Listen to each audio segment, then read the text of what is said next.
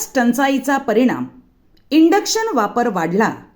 वसई विरारमध्ये वीज यंत्रणेला ताण. वसई विरार शहरात गॅस टंचाईच्या पार्श्वभूमीवर नागरिकांनी इंडक्शन शेगडी आणि इलेक्ट्रिक ओव्हनसारख्या उपकरणांचा मोठ्या प्रमाणात वापर सुरू केला आहे. मात्र या बदलत्या सवयीमुळे विजेच्या यंत्रणेवर प्रचंड ताण येत असून रोहित्र म्हणजेच ट्रान्सफॉर्मर बिघडायच्या घटनांमध्ये वाढ होत असल्याचे चित्र समोर येत आहे. इंडक्शनचा वाढता वापर, वीज मागणीत झपाट्याने वाढ.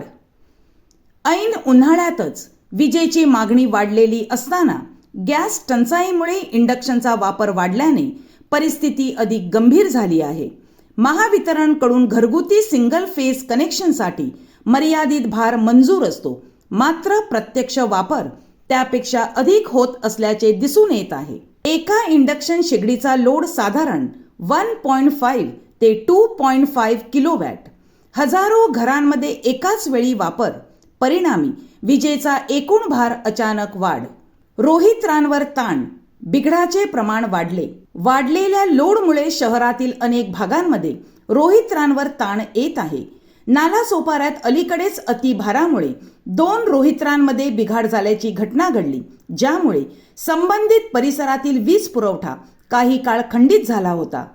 महावितरणचे आवाहन, वाढीव भार मंजूर करून घ्या. या पार्श्वभूमीवर संजय खंडारे, अधीक्षक अभियंता यांनी नागरिकांना महत्त्वाचे आवाहन केले आहे. इंडक्शन किंवा उच्च वीज वापरासाठी उपकरणे वापरण्यापूर्वी आपल्या घराचा मंजूर वीज भार तपासा.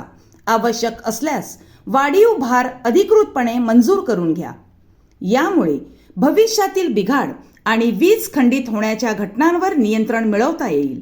गॅस टंचाईमुळे बदललेली जीवनशैली आणि वाढती विजेची गरज यामुळे वसई विरार शहरासमोर नवे तांत्रिक आव्हान उभे राहिले आहे. जर नागरिकांनी नियमांचे पालन केले नाही तर येत्या काळात वीज पुरवठा खंडित होण्याच्या घटना वाढण्याची शक्यता नाकारता येत नाही. इंडक्शनचा वापर ही काळाची गरज बनत असली तरी त्यासाठी योग्य नियोजन आणि अधिकृत वीज भार आवश्यक आहे. अन्यथा एका छोट्या सवयीमुळे संपूर्ण परिसराला अंधाराचा सामना करावा लागू शकतो. महावितरण कंपनीचे अधीक्षक अभियंता संजय खंडारे याबाबत आपल्याला काय सांगत आहेत ते आता आपण ऐकूया. जर लोकांनी वापरले तर त्यामुळे ट्रान्सफॉर्मर लोड पडण्याची जास्त शक्यता असते. जनरली कुठलाही जर तुम्ही लोड वाढवायचा असेल, जो सँक्शन लोड असेल त्याच्यापेक्षा जास्त जर तुमचा लोड वाढत असेल तर मी ग्राहकांना विनंती करेन की त्यांनी पहिल्यांदा तो लोड सँक्शन करून घ्यावा आणि सँक्शन केल्यानंतर आपलं जे काही त्याला लोड वाढवायचं असेल किंवा इंडक्शन हिटर्स वगैरे वापरायचे असेल तर ते वापरलं तर काही याच्यात नाही. पण सगळ्यात महत्त्वाचं म्हणजे त्यांनी ते सँक्शन करून घ्यावं आणि महावितरण ते लगेच सँक्शन करून देईल. ऑनलाईन प्रोसिजर त्यासाठी उपलब्ध आहे.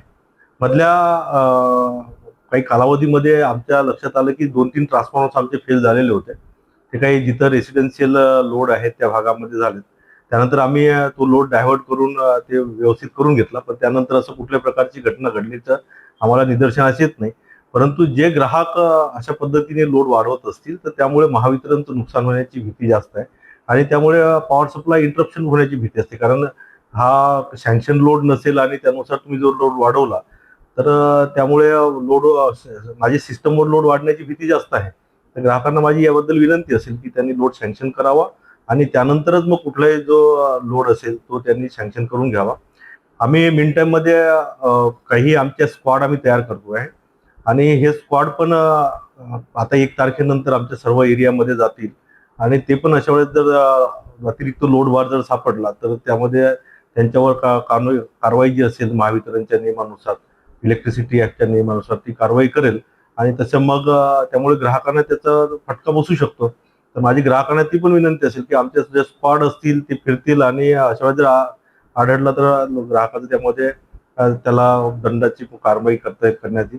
तिसरी गोष्ट अशी आहे की आता आपण काही स्मार्ट मीटर्स आम्ही लावतोय. म्हणजे माझ्याकडे 10,70,000 ग्राहक आहेत आणि या 10,70,000 ग्राहकांपैकी जवळजवळ 5 लाख ग्राहकांना आम्ही आता जे मीटर्स आहेत ते मीटर्स लावलेले आहेत. ते स्मार्ट मीटर्स आहेत किंवा टीओडी मीटर्स आहेत. या टीओडी मीटरचा बराचसा फायदा आहे.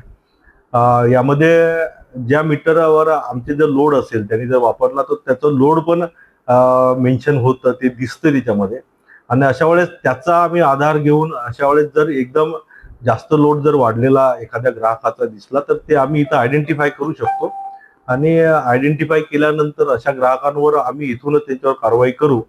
तर असा कुठल्याही प्रकारची अविचलित घटना घडणार नाही यासाठी ग्राहकांनी महावितरण कंपनीला सहकार्य करावं अशी मी आशा व्यक्त करतो. धन्यवाद.